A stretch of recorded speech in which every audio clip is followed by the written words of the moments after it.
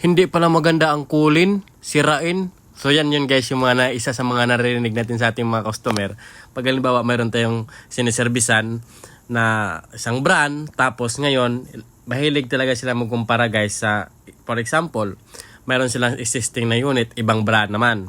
So magbanggit tayo ng pangalan, example lang to, halimbawa mayroon silang Samsung na isang unit na Samsung. Ngayon nagdagdag sila ng isang unit, ang brand naman ay Colin, for example na lang ito.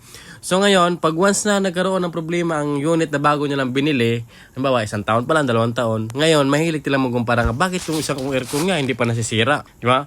Yung Samsung ko doon, 10 years na, wala pang linis-linis, hindi pa nasisira. So ngayon guys, hindi po lahat pare-parehas ang bawat brand. Mayroon man po sa ibang customer na halimbawa, mayroon silang Colin doon na matagal na, ngayon bumili sila ng Samsung, nagkataon naman na nasira. So ang sabihin na naman doon, ay pangit pala ang Samsung, buti pa yung Colin ko, tumagal. So yun yung ibig kong sabihin mga ma'am sir, no? Hindi pa pare-parehas ang bawat brand. Nagkataon lang po yan na doon sa inyo bumiga yung unit kasi lahat naman po ng aircon nasisira. Parang sasakyan.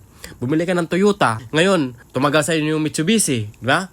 Bumili ka ng Ford, tumagal sa yung Ford, yung Toyota naman ang nasira. Minsan naman tumatagal sa inyo yung Toyota, ngayon yung Ford naman ang nasira. Ganun lang guys, di ba? Huwag nating ikumpara talaga yung bawat brand ng aircon kasi may kanya-kanya silang performance. Hindi natin alam kung kailan yan masisira.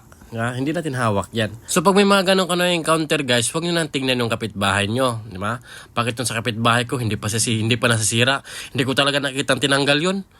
Tapos ngayon, buhay pa. So huwag nyo gayahin yun guys. Kasi pag once na nilinis yun, doon yun bibigay at magwawala yung customer pag may nasira. So bago natin tapusin to video, meron lang akong isi-share sa inyo sa mga baguhan at lalo na sa mga customer natin. Kasi minsan pag bumili kayo sa mga mall, hindi naman talaga i-demo ng dicer yan kasi hindi pa nakabukas yung unit. So baka magtaka kayo, para hindi na kayo tumawag ng service center or ibang mga technician. Kasi minsan kayo kalit sa amin, di ba? Tawag kayo technician tapos may pindot lang pala sa remote, problema. Tapos kayo angal, bakit may bayan na check up? Ganun lang kinawa. So para hindi na kayo tawag technician, para hindi na kayo away, ito may panoorin doon, alam kung paano ito tagkalin ha. Colin Gold.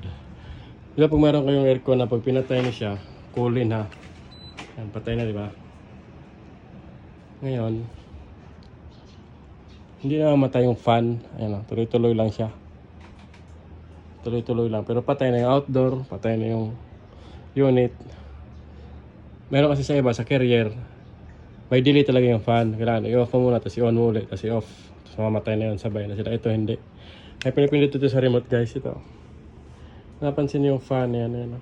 Yung drawing na ilisi. Para mawala yan, ito.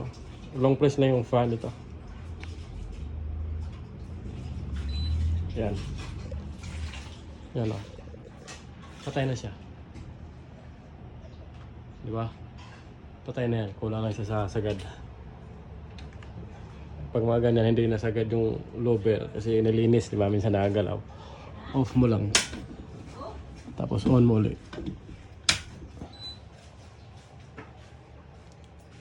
Yan. Sagad na siya. Ayos. Isang like naman dyan. Saka isang share.